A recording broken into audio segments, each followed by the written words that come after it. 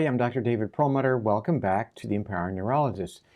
You ever wonder why you respond certain ways when things aren't going your way, or you respond aggressively when something very trivial seems to happen to you? Dr. Daniel Amen calls these responses the work of our hidden dragons that we have within our brains, these hidden dragons that are constantly at work influencing our decisions and our reactions to things that happen throughout our lifetimes.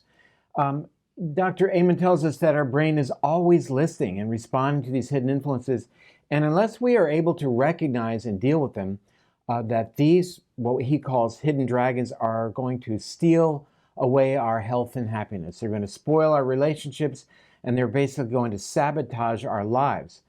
Let me tell you a little bit about Dr. Amen. As you know, he's been on the program many times. He's written some wonderful books, and his new book is called Your Brain is Always Listening: Tame the Hidden Dragons That Control Your Happiness, Habits, and Hangups. But you might not know that Dr. Amen is a former U.S. Army infantry medic. He is, as you probably know, a physician, a double board certified psychiatrist, a 12-time New York Times bestselling author, and founder and CEO of Amen Clinics with 9 locations around the United States. Amen Clinics has the world's largest database of brain scans that are related to things like behavior, totaling more than 170,000 scans on patients from 150 countries. His research team has published more than 80 scientific articles in a variety of journals, and Discover magazine has named his research as one of the top stories in science back in 2015.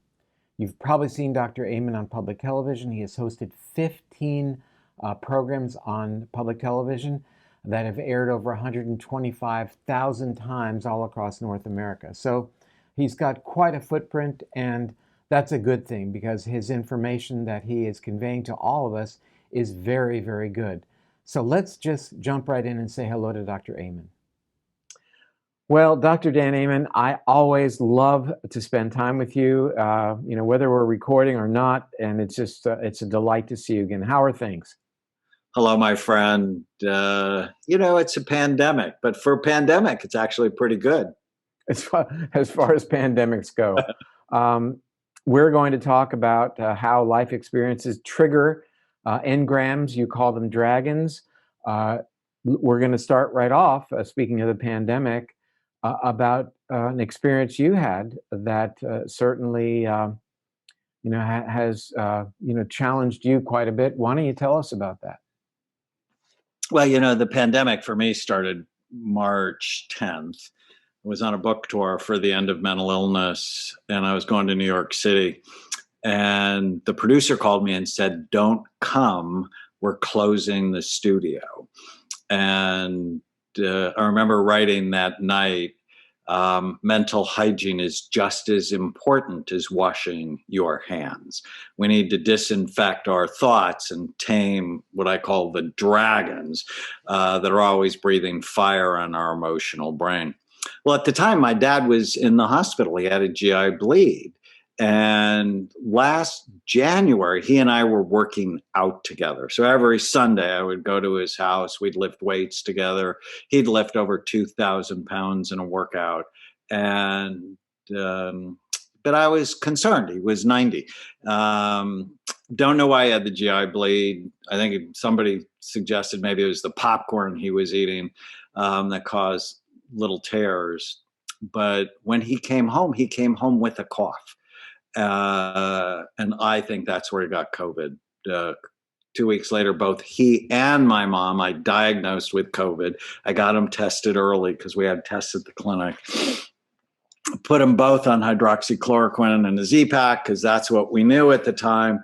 My mom got better almost immediately, and she'd had pneumonia 6 times. So I thought COVID was going to take her out. And my dad tested negative when he came home, but he just wasn't right. I mean, he's sleeping all the time.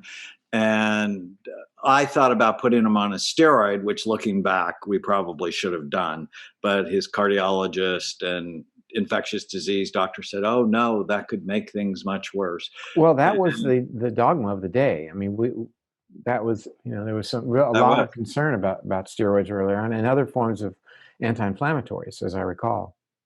And he just got progressively worse. And on May 5th, I was in my bathroom getting ready to go take him to the pulmonologist. And my mom called me saying he stopped breathing.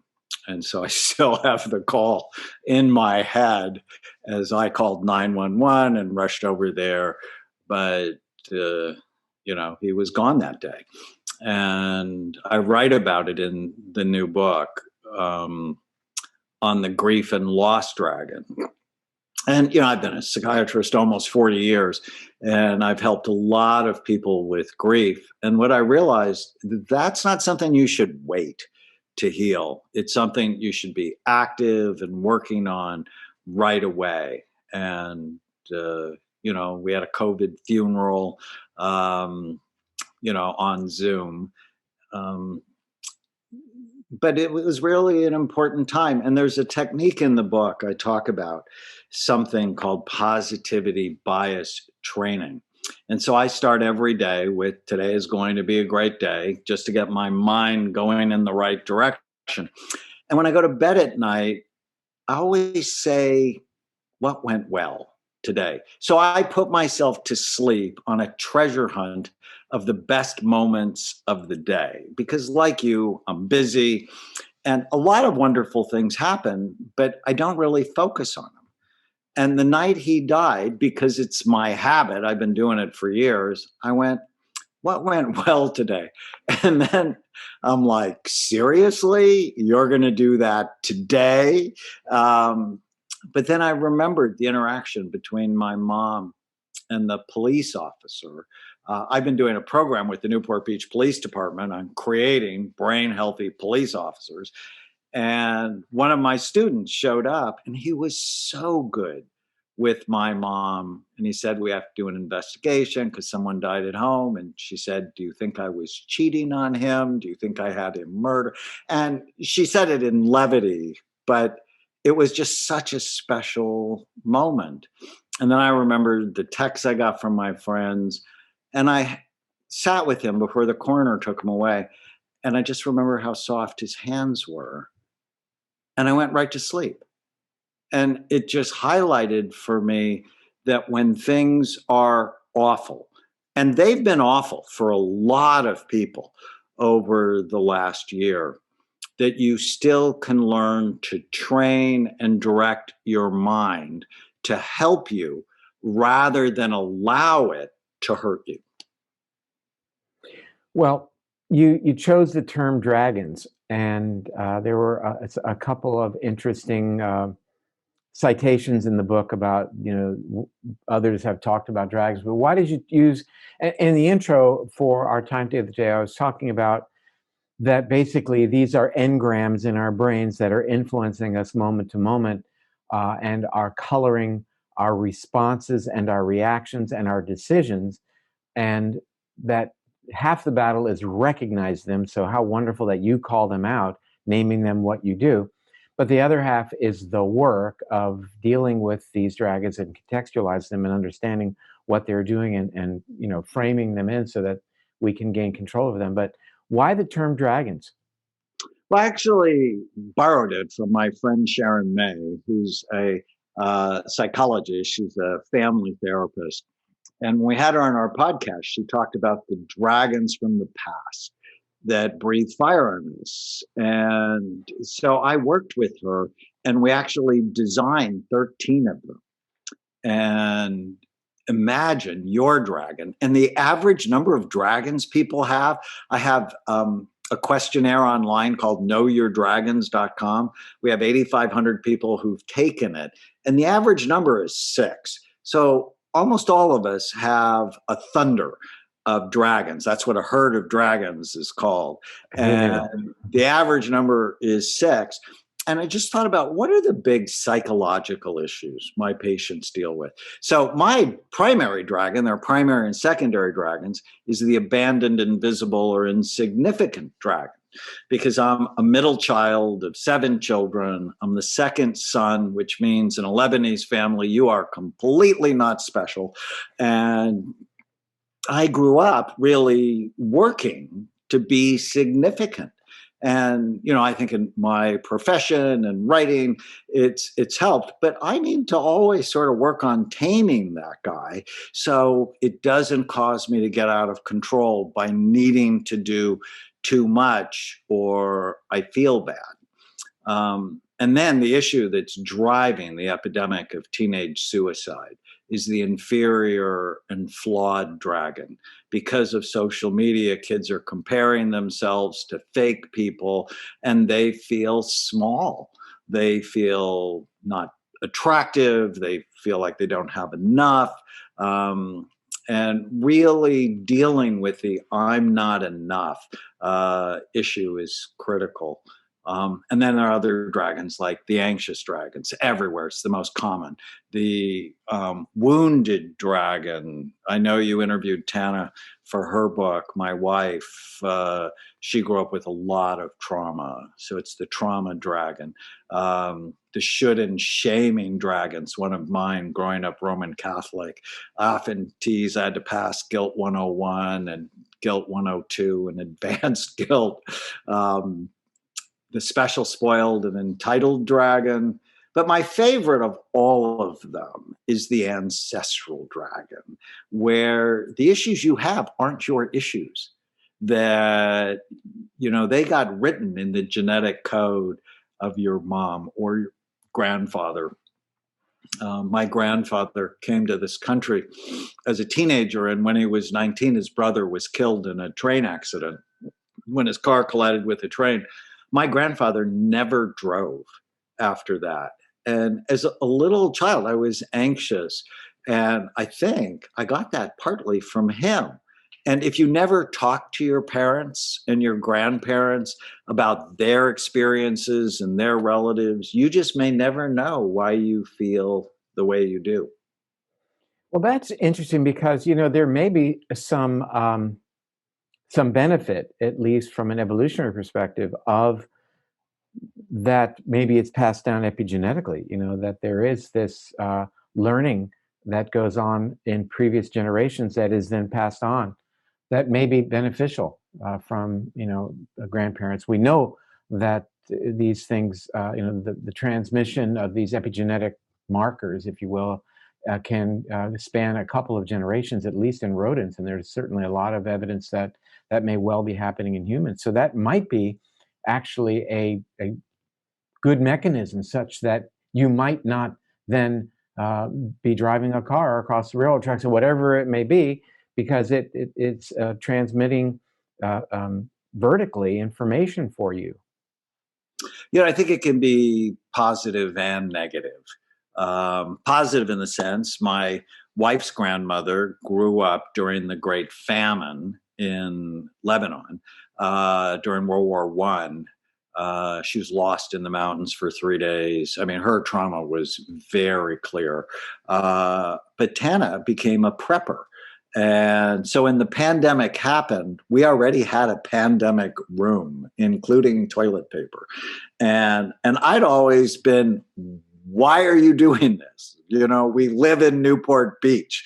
When is the store not going to have toilet paper? And never again can I ever say anything to her about spending money on supplies for the disaster that's about to happen. So from that standpoint, nor should you. I want to tell you that the interview of Tana was really very, very special. The book was very special. And, it's so valuable to learn as much as you can about your friends. And it was, we realize we're all in this together, and we all have our stuff. We all have our dragons. And, you made a point, COVID is referenced multiple times in the book, and how at one point in the context of the helpless and hopeless dragons, which have been really put upon us by this pandemic. So, how do we contextualize and deal with this sense of helplessness and hopelessness? So there's two big strategies, and they both come from the resilience literature. And the first one is TLC, that in people who survive prisoner of war camps, they believe what's happening is temporary. So even though this has gone on for a while, it's going to end at some point. So knowing this is temporary, I can do anything for a short period of time. It's local and go, but this is a global pandemic, yes, but you need to know what's going on in your home, in your community, at your work. Temporary, local, and control. And I have to tell you, I've prayed this serenity prayer couple of thousand times over the last year, because it just teaches you, God grant me the serenity to accept the things I cannot change. I cannot change what Governor Newsom does. The courage to change the things I can, and the wisdom to know the difference. And so it keeps you, all right, what can I do and what can't I do? And so when any of my patients have trouble sleeping because they have thoughts running around their head, I'm like, write them down, get out of bed, write them down, and then write what you can do about it and what you can't do about it. Because the act of writing just helps to get it out of your head so it doesn't circle, and then stay with what you can control. And I've learned to be very good about this. Okay, what can I do about it and what can't I do about it, and stay in that place of control. Aside from helplessness and hopelessness rampant these days, what about the isolation part of the whole pandemic narrative? Well, both you and I know isolation is actually a risk factor for dementia. And it's clearly a trigger for depression. And I'm generally not a fan of gadgets and social media, but I'm a real big fan of being connected. And I think the powers that be made a big mistake in the beginning by calling what we need to do social distancing. That's absolutely what we should not be doing. What we should be doing is physically Physical distancing, right? distancing. And both you and I, done book signings and big audiences and talking. And I was never comfortable with, 600 people coming and giving me a hug and shaking my hand. Just because you and I both took microbiology in school, I'm like, no, way too many germs here. And so physical distancing is important for hygiene. Social distancing is completely the wrong message, because I need to be more connected now. And you're in Florida and I'm in California, but we can spend time together, which is absolutely what we should do so we don't get depressed. And the biggest loser in the pandemic is our elderly, especially those who were in care facilities, because the isolation, I'm sure, damaged their immune systems and made them more vulnerable, not only to dementia and depression, but also to COVID-19. And vice versa. We know that that dementia now looks like it's a powerful, at least association towards bad outcome. And I think they may, it may be via the mechanism of inflammation and dysregulated immune function affecting actually both of those, but that's probably another topic. I will say a thought came to my mind, which is, I guess, where thoughts would go in the first place. When you were mentioning about shaking hands and meeting people at book signings, as this was about to happen, I was supposed to go to Natural Foods Expo West and do a book signing. This is a Expo West, as you know, there are 100 people from 160 countries that descend on Anaheim, 80,000 people. And I said to the organizer, I said, you know what? Now that there was COVID being detected in TSA people at the airport, et cetera, I said, it just doesn't make sense at my stage in life, chronologically at least. So, and sure enough, they ended up canceling the largest natural foods conference, basically meeting on the planet. They canceled it, which was a huge event. But anyhow, I know what you mean. And do we miss those interactions with people? Yes, but I found that, like any restriction, when you have the opportunity to participate in whatever it is you're restricted from, it becomes all the sweeter. Now, I was mentioning to you earlier before we recorded, we had people visiting this weekend, and the house was open, and everything felt safe, and it was as meaningful as could be. So it makes you appreciate things more. You start your book off by talking about your experiences with Miley Cyrus and a particular dragon that you described that was influencing her life. Can you tell us about that? Well, this is March 16th. So the pandemic's becoming real. And I've been her doctor for the last decade. She went public with that last year on Joe Rogan. And she was like all of us freaking out. How long is the virus going to live on packages? Are young people like her likely to die? What about her grandmother? And she and I have been taming her dragons for a long time, but the anxious dragon and the death dragon, which is a fascinating dragon, were just breathing fire on her that night. And as I walked her back from the ledge with the tools that I'd given her, we don't believe every stupid thing we think. Our actions are based on our values and our goals. That she settled down. In fact, we had worked on this very specific breathing pattern. It's been found to trigger a parasympathetic response, which is basically 3 or 4 seconds in. So take a deep breath, and then 6 to 8 seconds out. So exhale twice as long as you inhale. So we did that together. She settled down and she said, "Would you be on Instagram Live with me tomorrow to help me with my 105 million fans?" And I'm like, well, maybe. I'm happy to do that. And she started actually a whole show called Bright Minded, and had her friends and had experts, ended up interviewing Kamala Harris, that rather than be freaked out and revert to alcohol or marijuana or something to soothe the moment, she became purposeful. And as she was helpful, that also soothed the moment.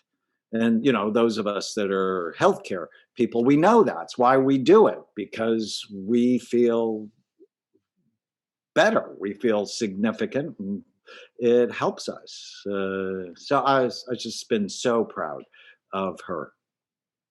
Yeah, it is selfish of us, isn't it? I mean, the Dalai Lama said, if you want to be happy, practice compassion. If you want others to be happy, practice compassion. So it's self-serving. I'm the first to admit it. Dan, you, a bit of an outlier in the book, it caught me off guard. The contact sports dragon. Wasn't necessarily expecting that, but walk us through that if you can.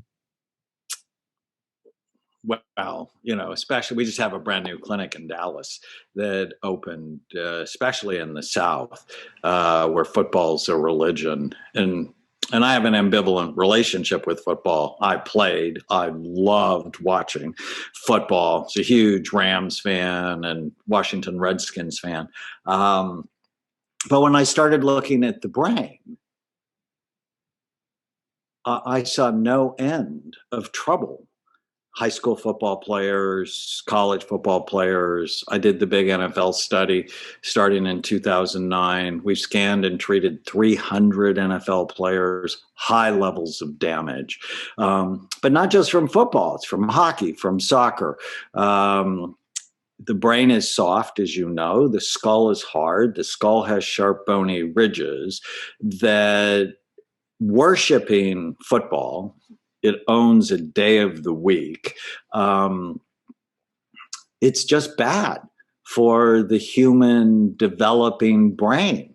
And I think we have to be thoughtful and careful. So the contact sports dragon is in the chapter on the scheming dragons, which is basically what's going on in society that is stealing the brain health of America. And I think you talk about it some in your book, Brainwash, that, we have the food pusher dragons, we have the newsmonger dragons, the social media dragons, the holiday dragons. I love it. I saw the holiday dragons, and I've been thinking about that for so very long. And our son, Austin, who I wrote Brainwash with, has always responded when somebody thinks they need to do something by saying, even if it isn't, he'll say, yeah, but it's Christmas, as if there's sanctioning of whatever it is that's supposed to happen because it is whatever the holiday is. I mean, Shavuos, Christmas, or you name it, that because it's a holiday, therefore there's special sanction. Or, it's interesting that in times of COVID, when people are supposed to do something, that there are dragons that push the limits of what we know is safe and right to do. But it's our anniversary, therefore people should come, whatever it is, that there's justification of behavior because of these dragons. Right. It reminds me of everything in moderation. And I'm like, so when is having an affair in moderation a good thing? Or and sniffing, cocaine, I always say sniffing through. Or the 80-20 rule. I love that one. Yeah, we should always be doing the right thing. And, I talk about, people go, but I love donuts or I love alcohol. And it's like, but does it love you back? And, I've been in bad relationships in the past, and thank God I married my best friend. And, 15 years later, we're just happier than ever. I've been in bad relationships. I'm not going to do that again. And I'm for certain not going to do it with food or with something I drink. I only want to engage in behaviors I love. Like I love the food I eat, and it loves me back because I'm interested in being cognitively sharp, not ever having to go to a facility because I'm a burden to someone. That means I need to be making good decisions now, not when I'm symptomatic. Too many people wait until they've lost their memory to try to get serious, and then they don't have the brain function to get serious. Yeah, it's all well and good to implement a Dale Bredesen program, but as John Kennedy said, the time to fix a roof is when the sun is shining. So, people ask me, well, when should we start really paying attention? Well, if we at least can assume that glucose metabolism is playing a role, then ask ourselves, well, when does glucose metabolism begin to go awry? It's not in our 70s or 60s or 50s. These things, we sow the seeds for insulin resistance in our teenage years, even in our childhood. We don't call it adult onset diabetes anymore because we're seeing it in kids. Truthfully, it's even in utero. The nutritional status and other lifestyle factors on the part of mom while pregnant play a role in that child's metabolic health, inflammation, set points, etc. But you mentioned addiction, and in your book, I would say more than revised, you proposed a different structure for a 12-step program. So maybe you can walk us through that.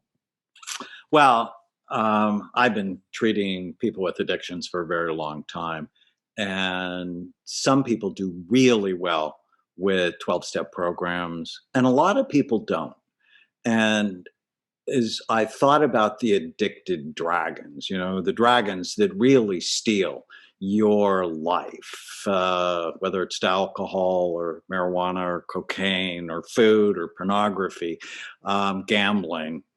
I'm like, so what are the 12 steps missing? And why do so many people not get benefit? And so honoring that they work for many people. What they're missing is neuroscience.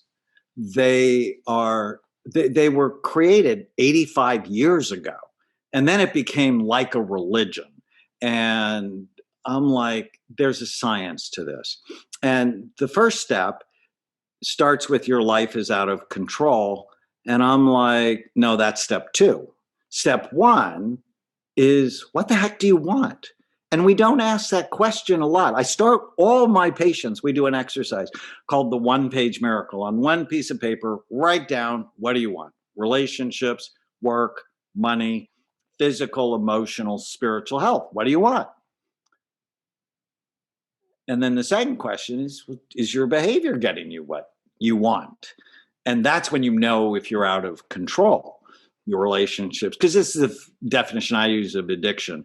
If you use a drug and it gets you into trouble or behavior with your relationships, with your work, with your money, with the law, with how you feel about you, with your health, and you know it and you do it again, that's what an addiction is. It's like the behavior or the substance has hijacked your brain. So that's step 2. Step 3 is got to get your brain right. Addictions are brain issues. They are brain health issues. And so if you don't know about the health of your brain, you should know about the health of your brain and then go work to fix it or to optimize it. And you and I both know we can take bad brains and make them better. It's the biggest news in neuroscience over the last 30 years. You're not stuck with the brain you have. Step 4, and I kept this from the original 12 steps, it's forgiveness. Behavior is way more complicated than most people think. So you need to sort of get over and stop criticizing yourself, start to forgive yourself. And step 5 is know your brain type. All addicts are not the same. David Smith, who's founder of the Haight-Ashbury Free Clinic and really thought of as the father of addiction medicine in the United States, he and I wrote a book together once called Unchain Your Brain, Breaking the Addictions That Steal Your Life. And we described 6 different types of addicts. They're impulsive addicts, low frontal lobes, compulsive addicts, frontal lobes work too hard, impulsive compulsive, which is a combination, sad addicts, their limbic brain's too hard, anxious addicts, their amygdala and basal ganglia are up, and head trauma addicts, which are way more common than people think. You damage your brain, you're more likely to have behavior that gets out of control. And then there's a step on getting cravings under control. Another fun step on dripping dopamine, don't dump it. So dopamine's really important and it presses on the nucleus accumbens. But if you dump it, it presses too hard, just like fame. So think of Miley or Justin. They get all of this dopamine, well, it wears it out. And then they need more and more in order to feel anything at all. And everybody knows about their substance use issues.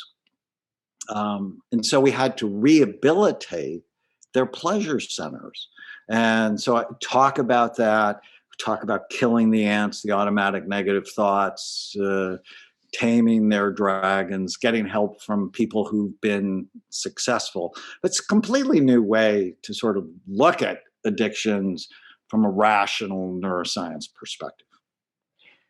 You know, the different types of addiction, I think Gabor Mate talked about that. And you know, he talks about hungry ghosts, I think, that haunt people in terms of never letting go. And I think, you know, the empowering part of your book and his work, but your book is that, you know, this is a prefrontal cortex directed goal, achievable event in our lives, that we can tame these dragons. We can bring them into context, recognize, most importantly, recognize them for what they are, perhaps embrace their genesis, where they came from. And then once we're aware of the influence of these existing engrams on current cognitive process and, more importantly, emotional response, and dealing with situations as they arise in our lives, that, to me, that's half the battle, is to be able to take the step back and visualize it. You know, I remember it's about being mindful of these influences. That Deepak Chopra once was talking about being mindful if you are a cigarette smoker. If you're going to smoke cigarettes, fine, not fine, but okay, stop what else you are doing and mindfully smoke that cigarette. In other words, in the context of Daniel Amen, connect with the dragon and see it for what it is. And then once you can be with it, then it's much easier to deal with it, to come up with, develop strategies to deal with it. And I think half the battle is just recognizing that it's going on. It happens so quickly, and it happens in such a unperceived way that unless we receive instruction to finally call it out, which your book does marvelously.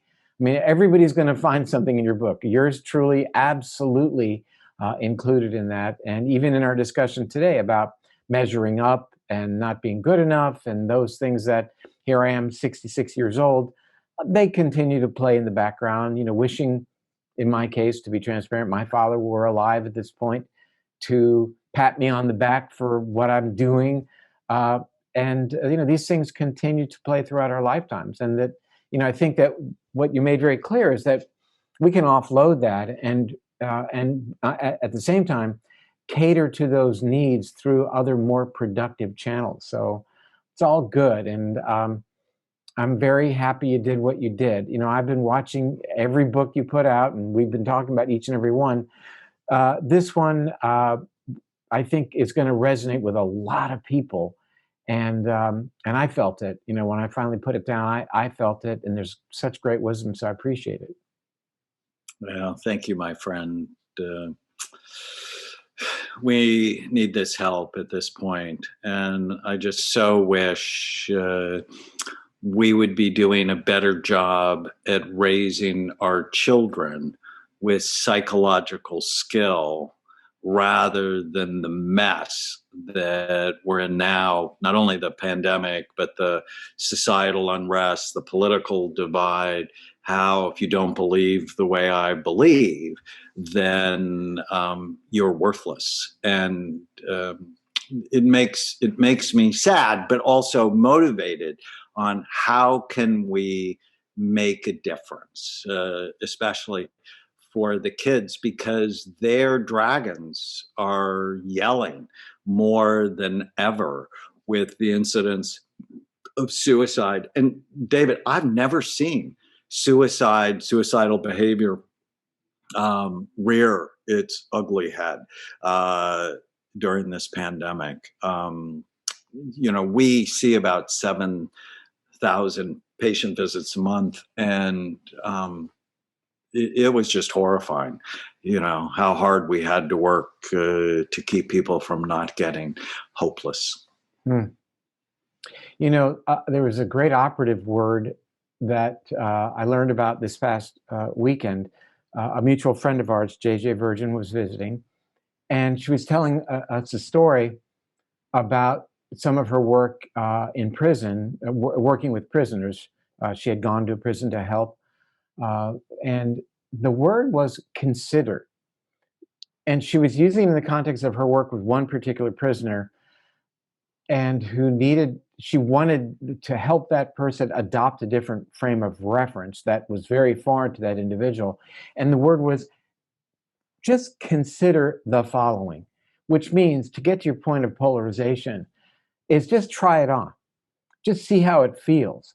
The notion of cognitive empathy, to walk that mile, walk 10 feet in somebody else's moccasins and see what it's like. We don't do that anymore. It's my way or no way.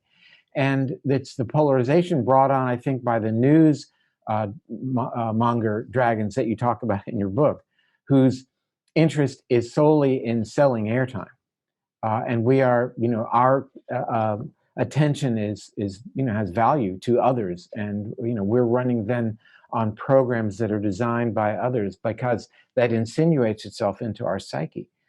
But the notion of cognitive empathy, being able to share the experiences or ideas of other people. We talk about in Congress how people say, well, when I get to the Congress, I'm going to reach across the aisle. Why do we have to have an aisle? Why do we have to have this, real and metaphorical construct that keeps people apart? Why don't we sit people in Congress according to where they land in the alphabet? Let them talk to each other. we need to bring back the agora where ideas are shared, and the final outcome is an amalgamation of the best of everything, as opposed to um, castigating people because they didn't vote along party lines, which we're seeing now. So it's going to take a lot of work, and it's going to take all of our efforts to reestablish connection to the adult in the room, the prefrontal cortex, and distance as best we can activities based upon more primitive brain centers. Understanding that the world is basically constructed now to sever that connection, to foster this disconnection between the adult in the room, the prefrontal cortex, and our ability to make more thoughtful, long-term, more empathetic, more compassionate types of decisions. So, for those of us in the space, it's certainly a challenge. But you wrote a new book about exactly this, so you're staying in the game, and I really honor you for that. Well, thank you. The last part of the book is all about the dragon tamer, which is the prefrontal cortex, letting children hit a soccer ball with their head. Well, what's right underneath their forehead? Their prefrontal cortex. Yeah, you don't have to be Phineas Gage. Just play soccer. Letting 10-year-old boys have access to porn, that wears out their prefrontal cortex. We just have to be more thoughtful. And that's, I think that's why we love each other, because we basically have the same goal, which is teach people to love and care for their brains. And of course, you have to care for your gut and your heart, and because all of it matters, right? The brain is an organ, like your heart is an organ, but when it doesn't work right, and people don't get this yet. I wrote about this in The End of Mental Illness. It's like, stop it. These are not mental illnesses. They're brain health issues. Get your brain right. And you did that so beautifully in Brainmaker. It's get your brain right and your mind will follow. Well, in order to do that, you have to get your microbiome right and your mind will follow. And, I think it's why we're friends in part, and fellow, I call us brain warriors. We're after this because it's a war when you think about it. Oh, no question. I mean, casualties. We're up against social media. We're up against the news. We're up against the food dragons, the toxin dragons, who are polluting our bodies and changing our thinking patterns and distancing us from the prefrontal cortex by virtue of instigating inflammation in our bodies. Inflammation is severing that connection to exactly what you're talking about, the prefrontal cortex.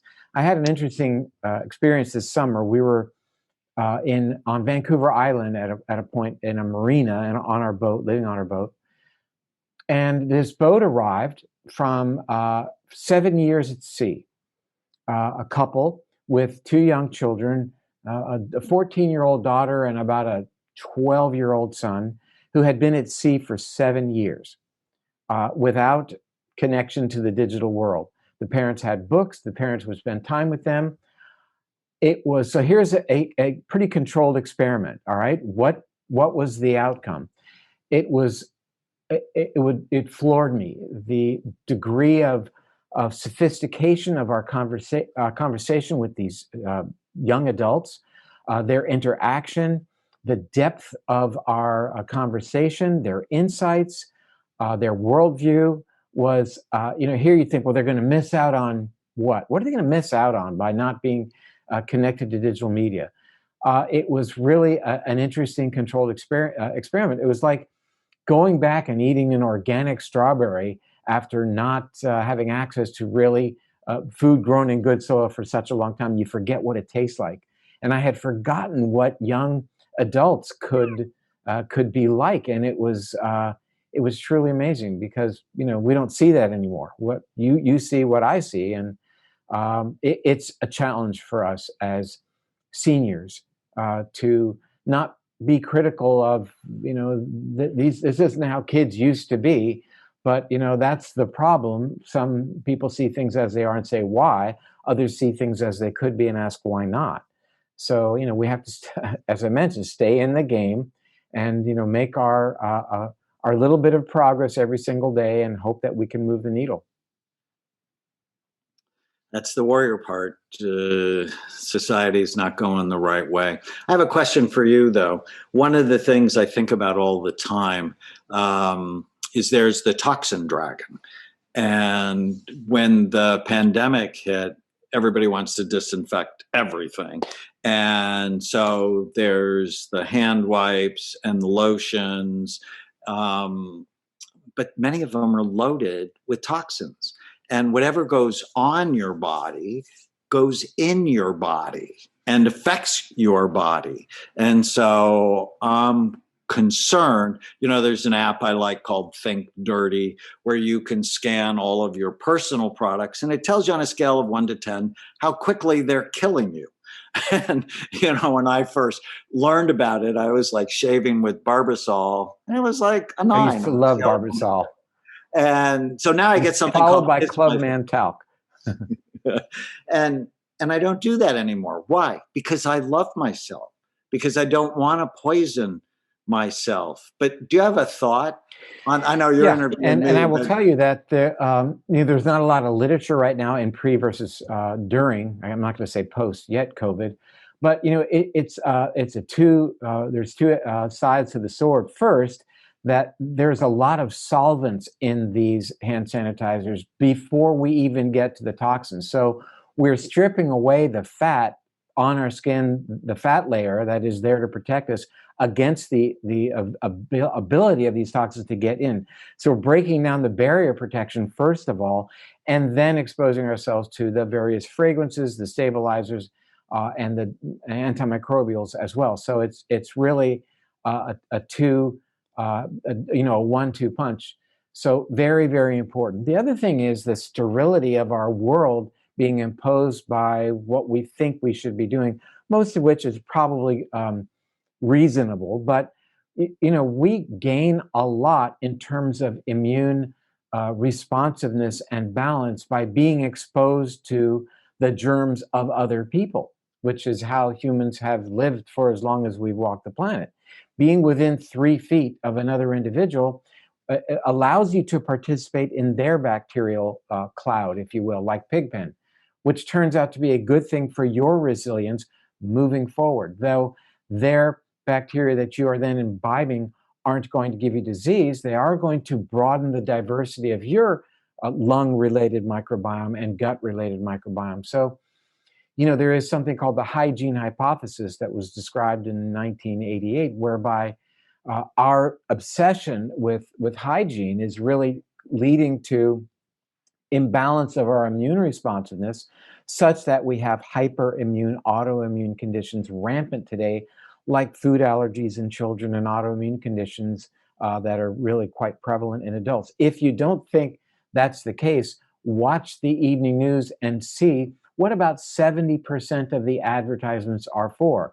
They're for monoclonal antibody-based direct-to-consumer drug platforms to get you to ask your doctor about this monoclonal antibody for this particular hyper/autoimmune condition. So that's what's happening.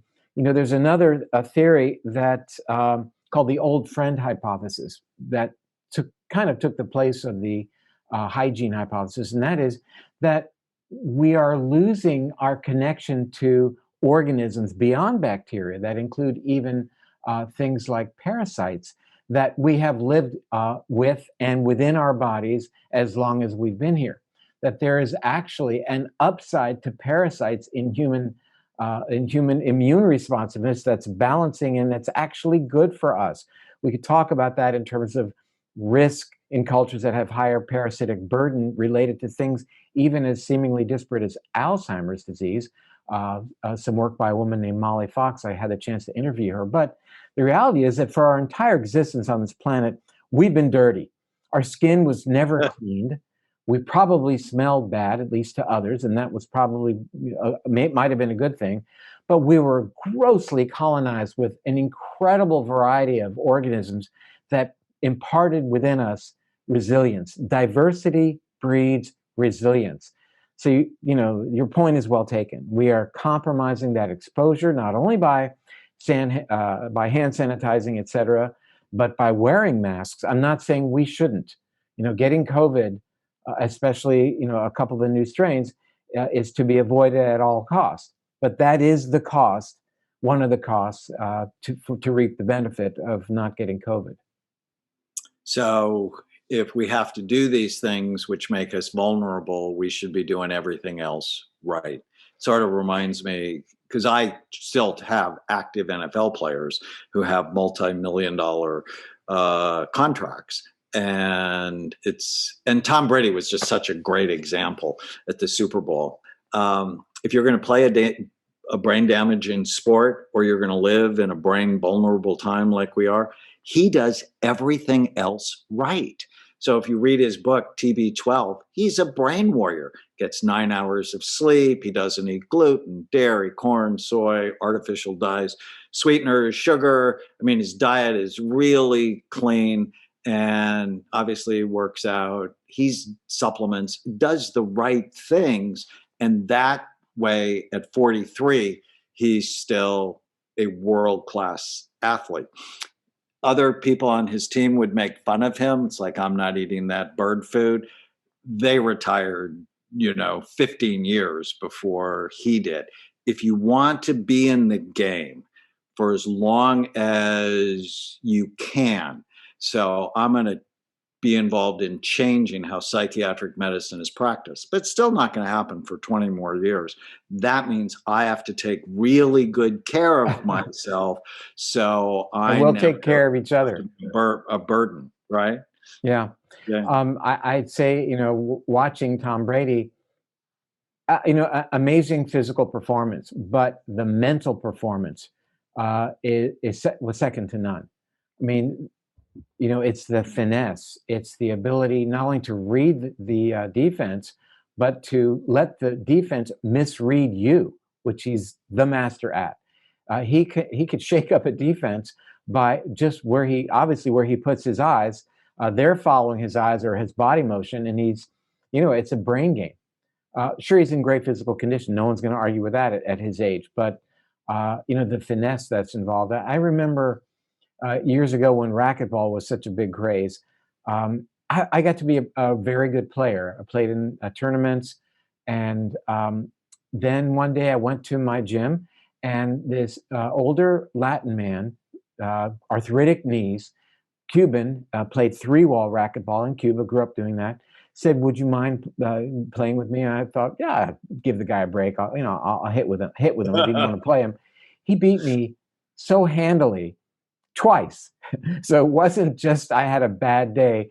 He was just so smart. His mind was so in the game, and there was nothing I could do. I couldn't outstrength him, perform him in terms of endurance, because it was all about the finesse, and I was totally at a loss. It was a very humbling experience, but a very good experience for me in terms of keeping that computer sharp later in life. It's something that you and I have talked about for years and years. And again, as you brought up now twice in our conversation today, setting the example, is really critical. And for you and your goals, being around in 20 years to see the changes in psychiatry, hopefully that happens. You got to keep yourself sharp. So, good on you.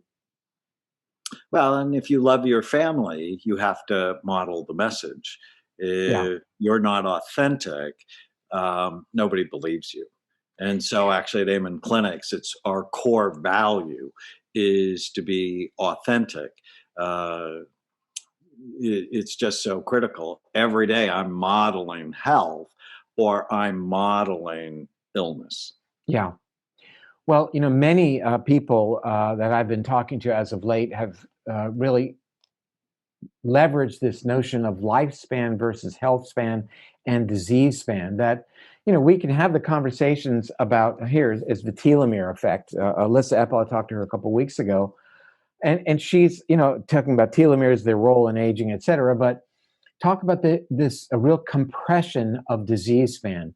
Really live your life to the fullest, and then compress that window of when you're debilitated and, as you say, a burden on others. And I really think that it's all about our lifestyle choices to remain engaged, caring for ourselves until just at the end when we really, the decline is very precipitous.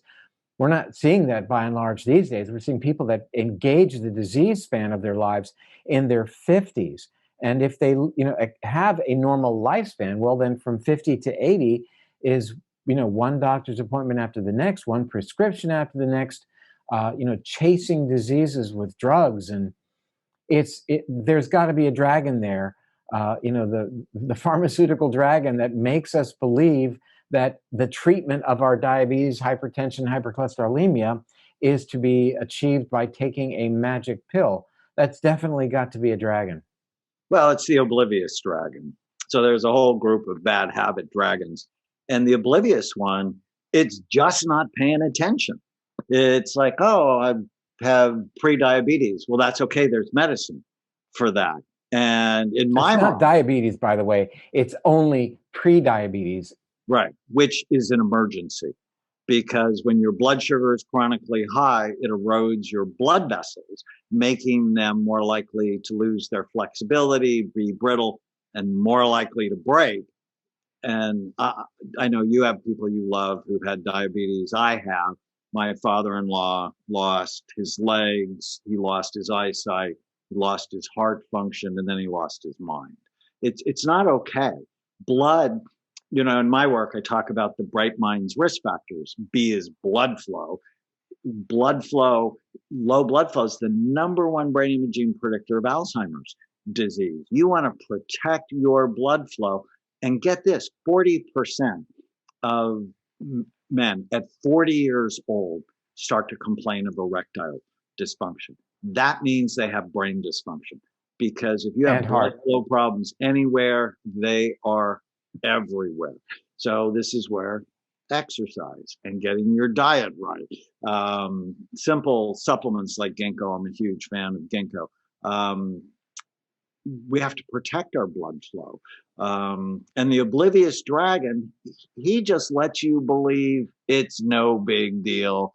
You don't need to read labels or have a sense of your calories. You can just go on and they'll drug you when there's... Take your metformin and you're going to be fine.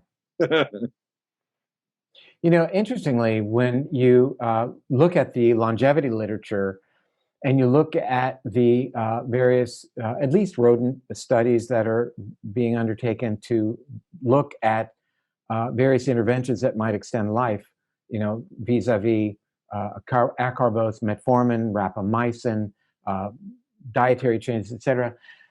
The final common pathway often is pretty much dealing with glucose and insulin. And it's dealing with, just regulation of our metabolism. And I think you're right that this is the big player here, and it relates to every chronic degenerative condition we can talk about, the downstream effects of glucose and insulin dysregulation. And you mentioned, this prediabetes, and they're already in deep trouble. The problem is that, and this is off topic, and we're talking about your book, but it is a little off topic. But the problem is that we're still looking at fasting blood sugar to tell a person whether they're in trouble or not. The house is already on fire at that point when your fasting blood sugar is elevated. You've now exhausted your pancreas's ability to manufacture enough insulin to keep your blood sugar normal. That's been going on for a decade at least. So, my gosh, we really need to start looking at the whole dynamics of the pancreas response, insulin, long before blood sugar is elevated, if we're really going to be able to be preemptive as it relates to controlling blood sugar well before diabetes / pre-diabetes / insulin resistance. We can jump on this. And of course, it's all about the lifestyle thing, ideas we've been talking about for so many years. But like you say, it's the oblivious dragon. People just want to live their lives come what may, and then I'll just go to the doctor and I'll get a new prescription. And after that, maybe he or she will increase it. And after that, we'll add on some insulin on top of the metformin, whatever it may be. It's really offloading, offloading the responsibility to, and still living your life via primitive brain centers, as opposed to moving into that gift, that prefrontal cortex that allows you to finally sit in the left seat of the plane and take control. So I actually did a study. I published a study in the Journal of Alzheimer's Disease in my NFL group.